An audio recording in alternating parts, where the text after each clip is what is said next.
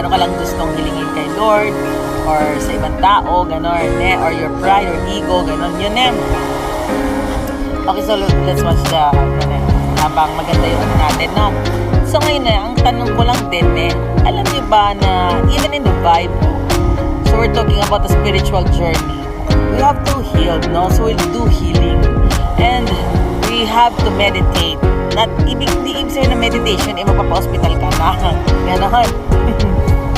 Hindi po yun ang ibig sabihin nun. Meditation means going to the mountains, like this one in the ocean, lake, rivers, lahat yan is part of meditation.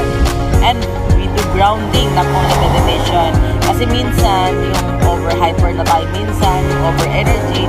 So, kailangan tumapak tayo sa lupa or kailangan natin yung mag-grounding, no? So, that is a part of grounding.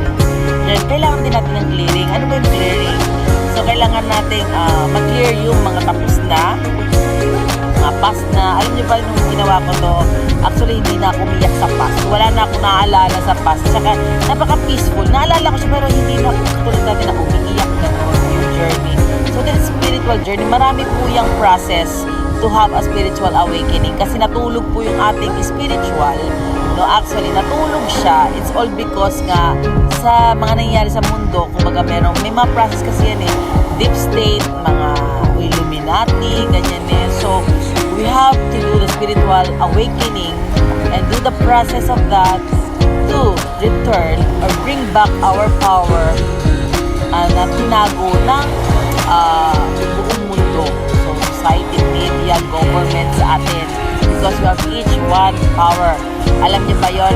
Hindi magansigan sa ganyan. Meron tayong sariling galing natin and the unique one na tayo lang ang meron nun. So you don't have to pretend to be other or gaya-gaya-gaya po tumaya. Okay lang yun. You have to cheer it up because meron tayong